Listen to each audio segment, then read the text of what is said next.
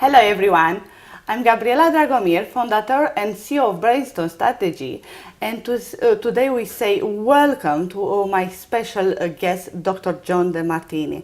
Welcome, Dr. John Demartini, to our talk show, Diasporas In Business. We are honored to have you here. Thank you for having me. For those who don't know, who is Dr. John Demartini? That is extremely low chance. Dr. John Demartini is the world-leading authority in human behavior and personal development. You create over 60 CDs and DVDs about this area of development and health, education and business. Why choose human behavior and why you choose development? When I was very young, when I was 17 years old, I had I guess you could say a close call or brush with passing, almost died. And I met this amazing teacher after that inspired me to want to study everything I could get my hands on human behavior. And I wanted to master my own life, and I wanted to become a teacher and travel the world. So I started 46 plus years ago, and be 47 in November, on a pursuit to how to maximize human awareness and potential. And I also was interested in healing, so I was also in the study of the healing arts. But anything to help people master their lives, maximize their awareness potential, do something extraordinary so they can live inspired and magnificent lives, that's what inspires me. So anything along those lines in every area of life, I've been endeavoring to study from the greatest minds I can get to try to help synthesize information for that purpose. You love to say all the time, and I read in many books and I hear in lots of videos, I love showing to people how to be resourceful in their perception and their action. How can we be more resourceful in our action and perception? Well, every human being has a set of priorities, a set of values, things that are most important to least important in their life. Yeah. That is impacting the way they perceive, what they decide, and what they act upon. So if an individual identifies what that hierarchy of values really is, the real priority list that they live by, and lives by the highest priority, and fills their day with the highest priority actions, they tend to maximize who they are. If they don't, it's because they're primarily comparing themselves to others, being influenced by outer influences, and in a sense diluting their full potential, and trying to be somebody they're not. The authentic, most integral self, the one that's most congruent with what they value most, is the one that allows them to greatest achievements and to express themselves to the fullest. So our perceptions, decisions, and actions are impacted by our values. And if we know what our values are, and we prioritize things, and we fill our day with high priority actions so we don't have low priority distractions run our life, we do extraordinary things. And we want to take command and know what our values are. There's an old oracle that stated, know thyself, be thyself, love thyself kind of thing. Well, it's true, but our real identity revolves around what we value most. So we have to give ourselves permission to be true to ourselves. The magnificence of who we really are is far greater than any fantasies that we'll ever impose on ourselves. Talking about values, how will you determine the high value we hold? If you ask somebody what their values are, in most cases, because they've compared themselves to others and minimized themselves to others. Many times we make confusion between our truly personal value and our family values or society. Exactly. And many people don't really know what they really value, because what they do is they tell you, well, in truth and integrity and honesty and peace and things that are cliches that society expects. But I don't go by that. I go by what their life demonstrates. Your actions speak louder than anything. So I look at how you fill your space, because things that are really important to you keep around you, things that aren't you push away. I look at how you spend your time. You find time, make time, spend time on things that are really valuable. I look at what you actually are energized by, because when you're doing things high in your values, your energy goes up, and when you're doing things low in your value, your energy goes down. I look at where you spend your money. You find money, make money, and spend money on things that are really valuable to you. I look at where you're most organized and ordered, where you're most disciplined and reliable. I look at what you think about, envision, and talk to yourself about most, about how you want your life that shows real evidence of coming true. Then I look at what you talk to other people about and keep wanting to bring the conversations to. I look at what inspires you and brings tears to your eyes when you think about it. I look at what is it that the top goals that you have that you keep pursuing and don't give up on and achieve. And then I look at what you love learning about spontaneously and reading about, and watching on videos and YouTubes and things. All of those will point to a certain direction that's consistent if you answer the top 3 answers of these questions. Mm-hmm. I call these the value determinants. They're more objective than just asking what's your values. And when people do that, they go, oh, no wonder my life is the way it is. Now I can see why I do what I do. And the key is to make sure that you are setting goals in life that align with what you value most. Because there you spontaneously are inspired from within to take action. And you do the greatest things. You get the most accomplished.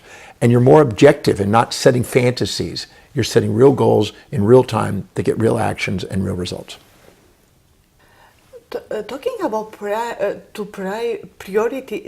things, I wonder how can we learn to delegate what is with low priority and what is with high priority for us, because we are in this middle noisy environment and we don't know what is the best for us, and especially when you are an entrepreneur in a startup area, you don't know what is the best for you, what you need to take, what you need to left down.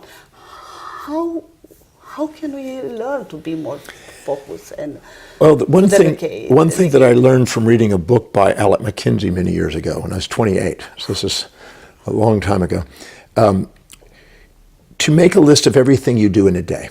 Every action you do, nothing is too small or large. Not broad general statements, accounting, but every daily action you do in a day. Then divide that into business and personal, or professional and personal. Once you do that, next to it, put another column there of 5 columns. And that column, write down, what does it produce per hour? What does it actually make you per hour doing that? So notice if you spend 10 minutes on it, multiply that amount times 6. If you take 2 hours to do it, divide by 1, but extrapolate it until it's how much does it actually produce per hour. And by doing that, you'll take a look and you'll see, these are the things that actually give me a result economically, which represent a service to others, because you don't get paid unless you serve people. So it's a way of saying that you're making a difference in people's lives by getting rewarded. After you've made that and reprioritize it accordingly, that's an eye-opener, because that is, if you're not majoring in majors and you're majoring in minors and minoring in majors, you're going to end up devaluing yourself and not having the same income. Then I'd put another column next to it, and that is write the same list. We'll have the same list, but write down what is the priority according to how much meaning it has. Now this is for your own fulfillment. One is to serve others, one's your own fulfillment. And redo the meaning list. Some things are very inspiring and meaningful to you, and others are lower. Mm-hmm. It may be a slightly different list than the one that's how it produces. Then next to it is write down how much would it cost to delegate that, for proper delegation, to duplicate it the same standard of you doing it. Because if you're doing everything, you're going to scatter yourself and devalue yourself. You have to learn to delegate if you want to live an inspired life. So you look at how much does it produce per hour, or cost per hour, and that gives you an idea of where the spreads are, where are the ones that can spread, and I'd prioritize that. Then the next thing is how much time do I actually spend on it in a day? When you have all that data, you take all those things and prioritize each one. Then do a summarized priority based on the one most meaning and the most productive per hour and the most spread. If you go through and do that and organize that by priority, it'll tell you what to delegate first and what to delegate last. And you first delegate the lowest priority things and eventually get to the point where you duplicate who you are doing the highest priority things. And that's the mastery of delegation. And you must, when you hire people to take care of doing that, you want to make sure that that's highest on their values when you delegate it, so you don't have to micromanage them and push them to get it done with motivation extrinsically. You want to make sure that they're inspired to do that, so you can be free to go on to do the most inspiring thing that produces the most for you. So you both win, you help the economy, and you have a ripple effect of making a bigger difference. Generally, when you are in first few years in business, you have the tendency to say to our people, your team, how to do the action in the end. When you delegate, you say all the steps. How you, in your case, what is your advice? Well, if We say only I wish to be done this by this time, or you would like to tell us every step to be sure we do everything good? Well, it depends, because the wisest thing to do is to delegate to people who are more competent than you in doing it, who know how to get the job done and are results oriented. Sometimes we can get to a point where we're nitpicky about how it's done. If those are truly essential, fabulous. Educate the person on how you want it done. But sometimes it's about results, and if they have a more efficient way of doing it, you got to get your delusions about who your grandeur is out of the way and let them go get the job done. So in some cases, you're going to want to outline exactly how you want it, and then that's what your request is. And other things, you're going to look, and if they have something that's a greater way of doing it, you better be wise to listen. Because why would you want to hire somebody that's not competent enough to do it so you can be freed of doing it? I'd rather get around and hire the A people and catalyze the freedom to go and do what I do best so I can be an A person than to hire people that have to be told how to be doing it all the time. But you may give them the guidelines on for the brand purposes, the way you want to develop the communications with clients. There may be some specific. It's a combination of the two that's probably going to be the most efficient. Talking about a routine, what is your daily routine? Well, my daily routine varies a bit because sometimes I'm flying someplace or sometimes I'm doing presentations. When I get up in the morning, I don't like to get out of bed until I have my tear of gratitude. And some people go, what exactly is that? Where I go through the night before and I document everything that I got to do. I have the largest collection of gratitudes of probably anybody ever met. It's 4,700 and something pages of just gratitudes. So I do every night, I document what I was able to do and the blessings I've had in the day and the great things that I got to experience. Then in the morning I rehash those and I think about what I'm grateful for. And then I think of what is the highest priorities for the day. And my highest priorities have been pretty consistent, so I kind of know what they are. And it's going to be researching, writing, traveling, or teaching. So I'm either getting up to go flying somewhere to teach, or I'm getting up to go and present, or I'm going to interviews, or I'm writing articles, or I'm doing research. There's just so many things I do because I've delegated everything else away. So I don't cook, I haven't driven in 29 and a half years. I don't do anything except research, write, travel, teach. So I have a pretty simple operation there. You say all the time, in everyone live one spirit, entrepreneurial spirit. How we know we have skills and yes, skill to be the best owner and leaders for our company? Well, every human being has inside them the potential for leadership. And each person has the capacity to be entrepreneurial. But what happens is, as long as they compare themselves to others, minimize themselves, exaggerate others, inject the values of others into their life, attempt to be somebody they're not by envying and trying to imitate other people. That doesn't mean you don't want to learn from people, but not trying to be them. As long as you're not doing that, you'll wake up your natural born leader. But as long as you suppress who you are and try to be somebody you're not and dilute your potential, you'll end up a follower, leaving deontologically, which is by duty of others, instead of actually leading the way. You got to give yourself permission to be yourself if you want to wake up that power. And sometimes we compare ourselves to others and we think, oh, we should be this way, we ought to be this way, we're supposed to be this way, instead of what is it we're inspired to do that truly makes a difference that meets people's needs. You're not going to be an entrepreneur if you're going to fight uphill pushing an assumption onto the market. You need to find out what the market really wants and make sure you find out what you can't wait to deliver and meet those two in a niche and go after it. But you have the capacity to do that. But some people are so used to living in subordination to others that they're not accustomed to being living by priority. If they start living by priority, they'll wake up their entrepreneur. If they don't, they'll end up working with security. Instead of thriving, they'll survive. They will be distracted about They'll diminish themselves instead of let themselves out. So it's there. The potential's there. I've had people that say, well, they haven't done anything. They felt like a failure. They've self-depreciated. No matter what they do, they don't have confidence. They run all those stories. And I get them clear about what their values are. I get them prioritized. I start them on the path of being prioritized. and their life changes. I shift some of the values so they can have an entrepreneurial and a financial focus also, because you got to be willing to serve people and take a little risk in that. And they do, and all of a sudden they have an entrepreneurial spirit and they didn't know they had it. So it's not that it's not there, it's dormant in most people, because they're not living congruently, they're not living authentically, and they're subordinating to others. And we're not here to live in the shadows of anyone, we're here to stand on the shoulders of giants. You talk so nice about these important things in entrepreneurial life, but to go out from your comfort zone, you need to break down many fears. Can we learn from your side? How can we break these kind of fears? Well, fear is not your enemy, fear is your friend. We need to drink my our presentation coffee in the tonight's about that.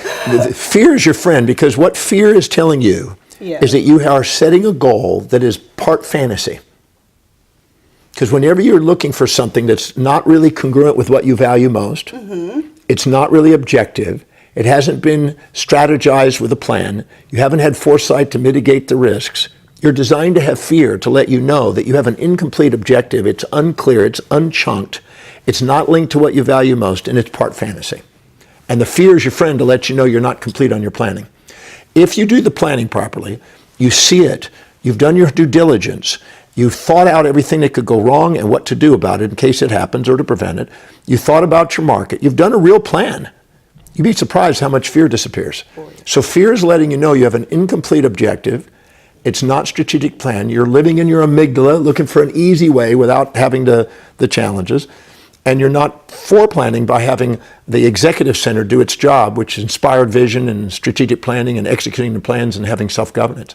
Fear is not an enemy, fear is a friend, once you understand its feedback. It's a feedback to let you know that you need to get more clear about what your objective is and make sure it's a real objective that meets people's needs as an entrepreneur, that inspires you.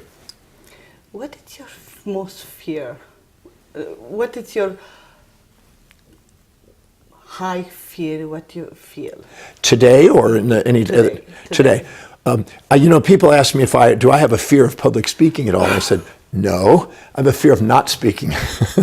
So if there's any fear I have, is the fear of not speaking. But I think all of us have. Your voice. But everybody has fears of different forms. They have the fear of not knowing. They have the fear of not succeeding.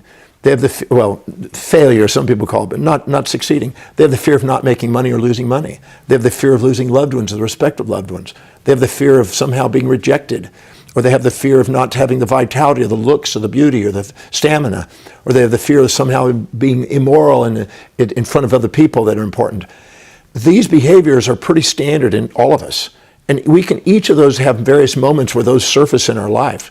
And they're biological feedback mechanisms to make sure that we're living the most authentic life we can. So we all have those fears. I have those fears at various times in my life. I don't think anybody is without those fears, but use the fears wisely as a feedback to guide you to the most authentic self, and you reduce them because they're guides.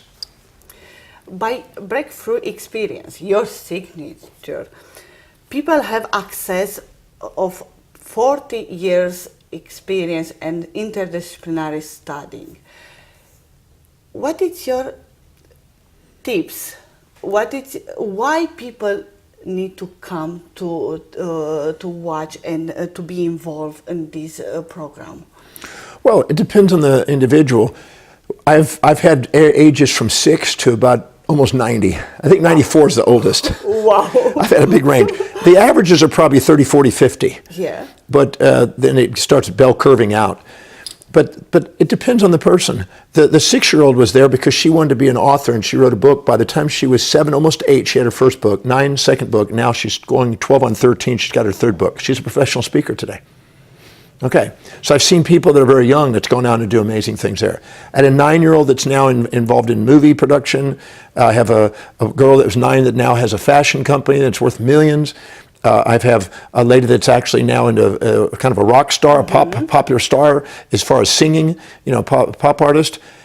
People started young. They were at 16. I've seen others that go out and start businesses in their 50s, 60s, 72. We had a gentleman that came to Breakthrough and started a new business at 72, consulting. It depends. Some people have relationship issues. Why they come there, they want to resolve relationship issues. Some people want to get over plateaus in their business and get clarity on their business and what they want to dedicate their energies as entrepreneurs. Some people want to just overcome their fear of not learning or being able to speak. Others may have social issues that they feel rejected by, or they're angry at their parents. There can be a whole sort of reasons why they're there. But I know that the breakthrough experience, we work and address whatever they bring. We're showing them methods to how to dissolve whatever that is and turn whatever's in the way on the way. That's the purpose of breakthrough experience. People define success very different. How you define success in your point of view? Well, I define success as based on the individual. Whatever's highest on their values, whatever they value most in their life, whatever's most meaningful and inspiring and what they would really love to create in their life, whatever that is, that's a success. I don't know if I have the time to share a funny story, but I had a guy that said, Dr. Demartini, help me become successful. And I asked him, so where are you successful? He says, no, I'm not. I want to be successful. And he said, well, I'm not successful. And I said, but where are you successful? And we finally outlined and found out that he had a successful relationship with his wife, a successful relationship with his son in baseball. He had a great, beautiful yard that he was successful in that he had planned. He had his mother-in-law living with him that was quite successful.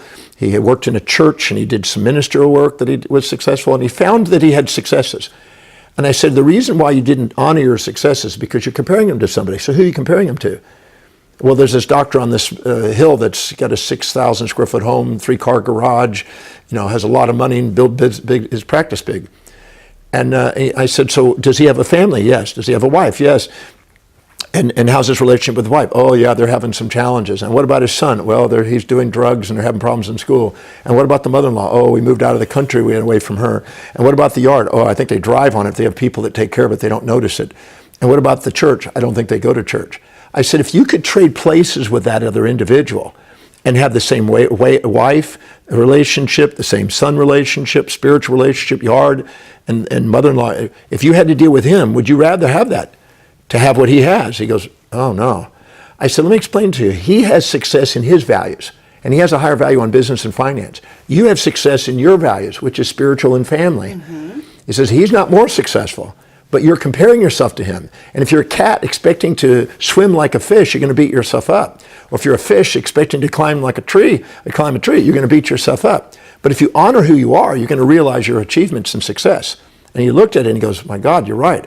I have success in my form, but I'm trying to live in his form. But you have to have his values to do that. And you don't have his values. Because you are not him. You are not him. You're you. And many people compare themselves to others and miss out on the magnificence of who they are because they're trying to be somebody they can't be because it's not their values. So anybody that fulfills their highest value is going to have the most fulfillment and going to be displayed as success.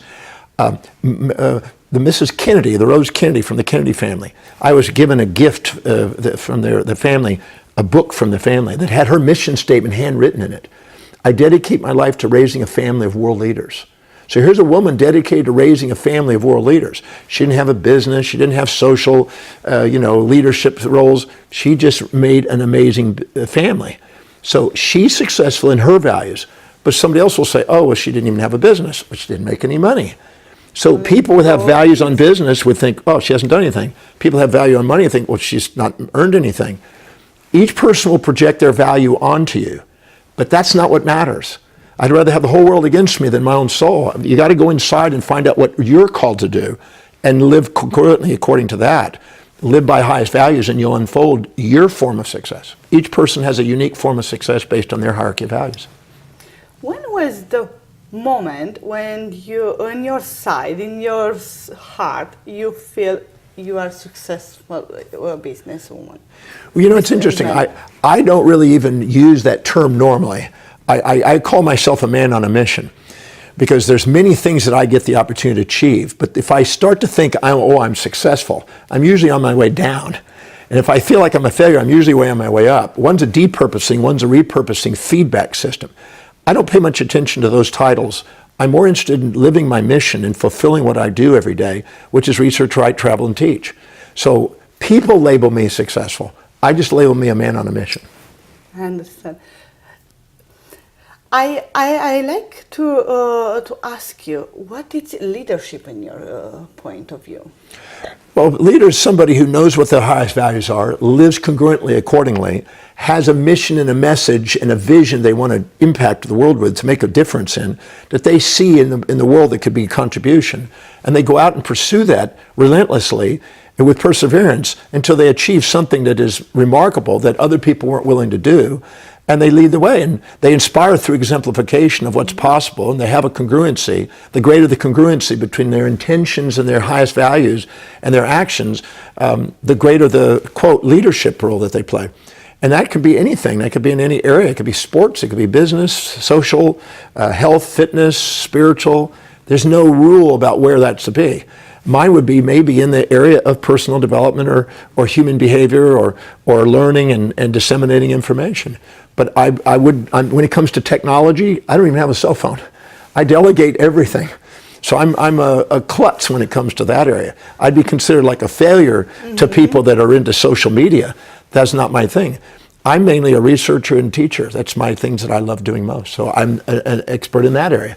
But I'm pretty dumb in the other areas. A lot of areas of my life, I have to have people taking care of that for me.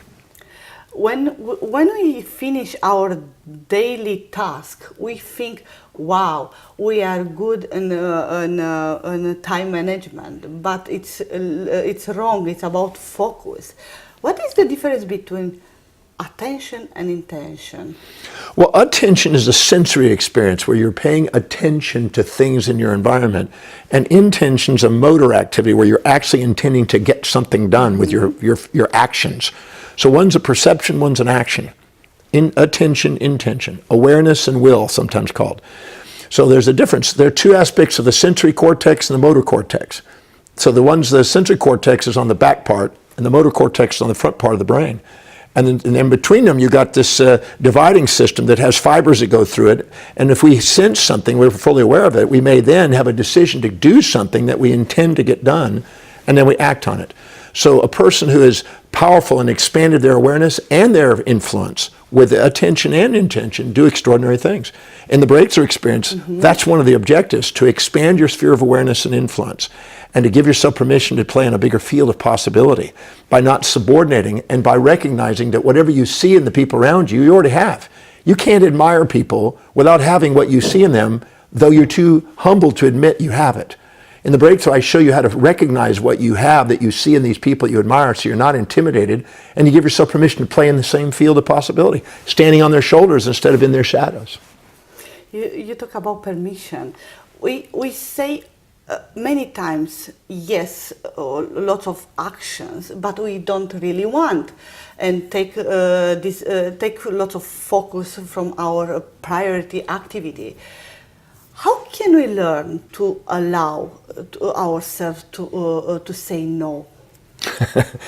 If you fill your day with very high priority actions that are extremely meaningful, inspiring, and productive, it's very easy to say no because you're very busy and it's already scheduled. It's scheduled. So you just say, well, no, I'm busy, I'm scheduled.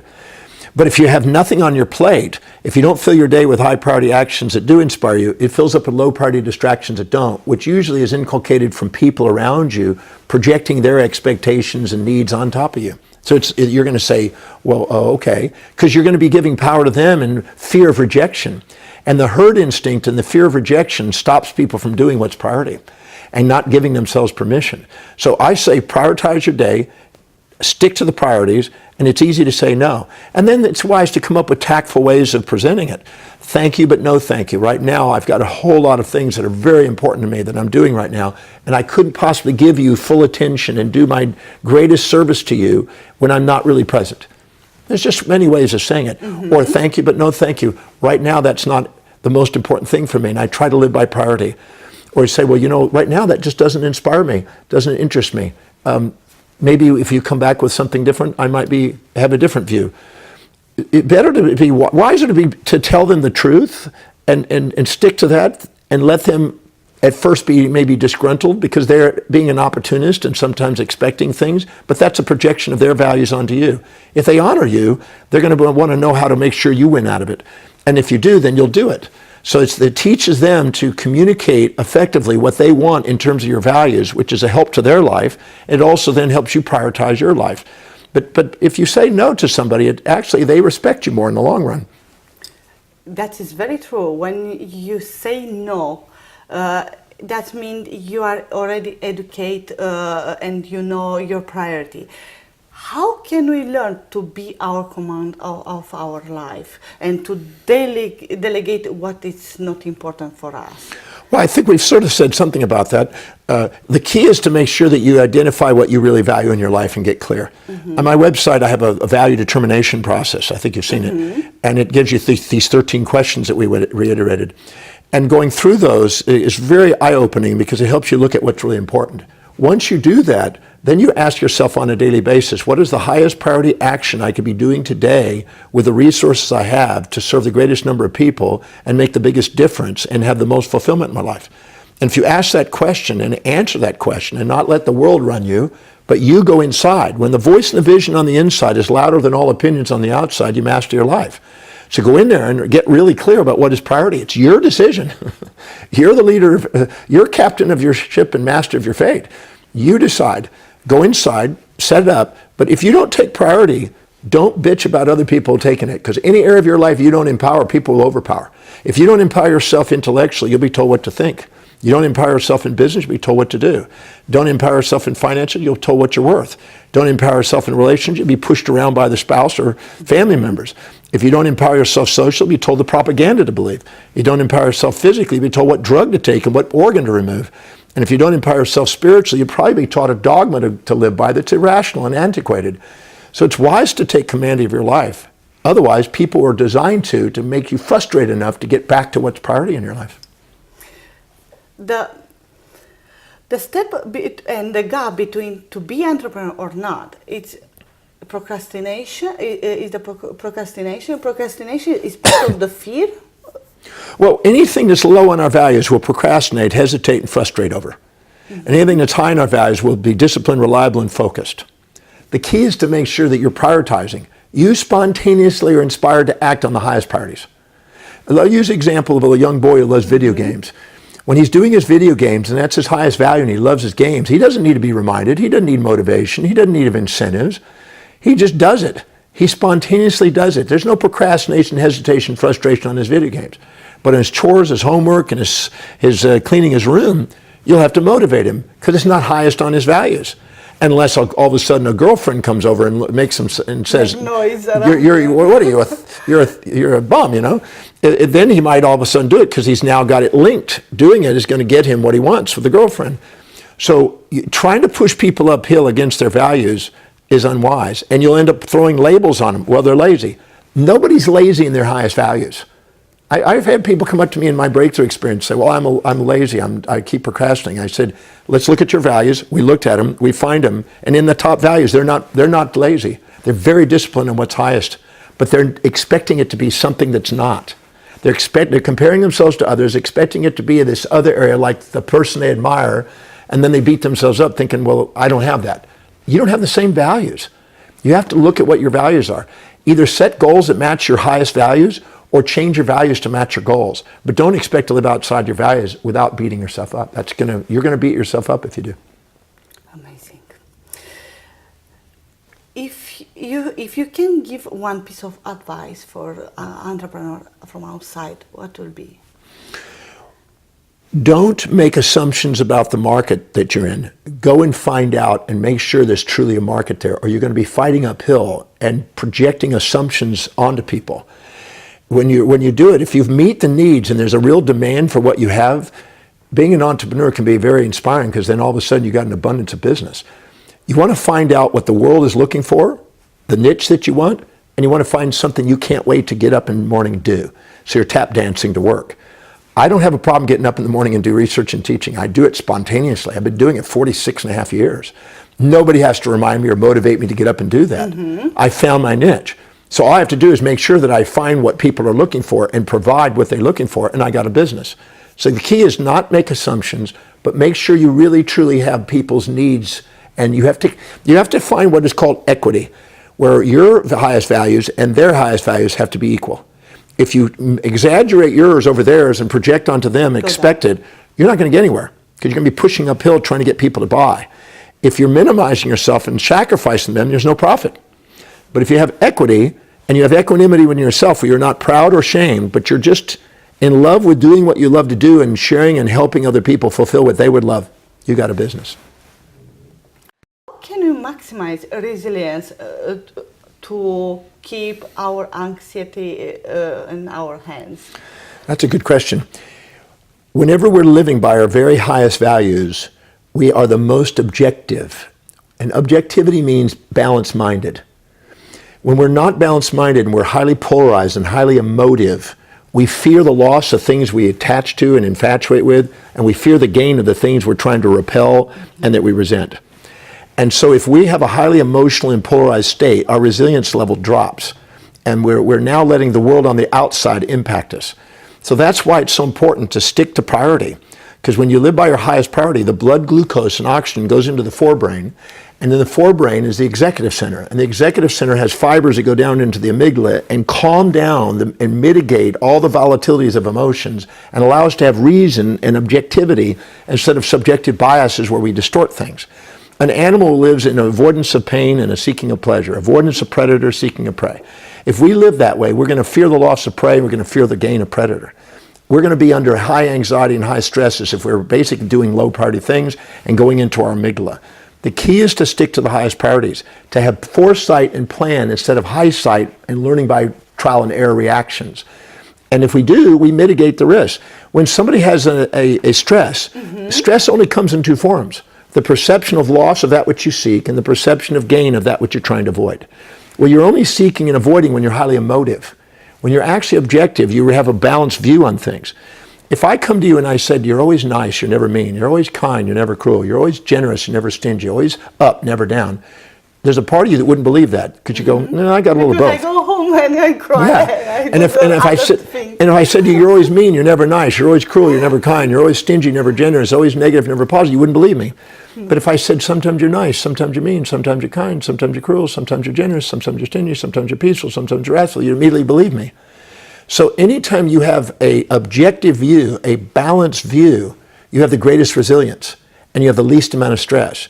But the second you have a polarized, subjectively biased, distorted view with extreme resentments or infatuations or fantasies or nightmares, that's because you have allowed your mind to not see both sides of events. And you're skewed it with a subjective bias and are not seeing the whole picture. So the symptoms of emotions and stress are feedbacks to let you know that you're not living by priority, you're not being objective, and you're not asking questions to wake up the unconscious of the other side. Because if you're infatuated with somebody, you're blind to the downside. If you're resentful to somebody, you're blind to the upsides. If you see the person and love the person, you see both sides. And the goal, a real objective in life, is something you see both sides to, not one side. A one-sided fantasy is not an objective in life, and many people confuse a goal with a fantasy. Many of us, we have some limitation in all the area, family, financial, education. How can we learn to deblock our limitation and self-limitation? How do we determine where our strengths and weaknesses are, you might say? Yes. Look at what your priorities are. I have a high priority in research and teaching. I stick to that. I have a low value on cooking. I haven't cooked since I was 24 years old. I hire people to do that. I don't drive. It's been 29 and a half years since I've driven a car. I hire people. Anything that's low in my values, I hire other people for. And everything that's high in my values, I do. And that's my core competence. That's what I know most. You have to start with what you know and let what you know grow, and you're inspired to want to grow in that area. So don't do desperate things. If you want an inspired life, don't do desperate things. If you want an inspired life, you also don't want to do low priority things. You devalue yourself when you do it. So you make a decision to let go of those things. It may not be overnight. You may have to take a few hirings and go through a few challenges to get there. But slowly but surely, if you're not delegating the lower priority things to get you to go and do what's meaningful, you're going to constantly be burdened by things that you don't really inspire to do. And that's not how to live life. And in the end, what is personal development for you? What is in for you? And how impact our personal development, our business development? Well, if we can't manage our emotions, we won't manage business, finance. That's the most significant thing, is get out of the amygdala and get into our executive center so we can be functioning with some sort of order. Whoever has the most order runs the game. And if we don't have order, we got chaos. And chaos is an emotional basket case, you might say. So it's governing oneself. Now, persona means mask. So personal development is finally developing through the mass into our true nature, our being. There's a difference. Ontologically, there's becoming and there's being. Mm-hmm. And being true to ourself is a state of being. Becoming ourself is a game of persona. So personal development is moving from all the vicissitudes of who we think we are with prides and shames and distortions to eventually come to the realization of who we are as an individual. And our highest value, our life revolves around. If you're a mother with 3 kids and you're 35 years old and you're asked who you are, you'll say, I'm a mother. If you're an entrepreneur with 3 companies and they ask who you are, even though you may have 3 kids, you'll say, I'm an entrepreneur. Your highest value reflects your identity and what your ontological viewpoint is. So giving yourself permission to stick to what's priority. I know I've said that many times, but I'm absolutely certain that's the key. Putting those things together and being prioritized is one of the most significant things we can do to enhance our being. And our personal development is the journey of realizing that. I would like to say again, thank you, Dr. John Demartini, for your point of view on this area of development. Dear entrepreneurs, if you are in London, don't miss Breakthrough Experience. You don't know what you have there. Enjoy.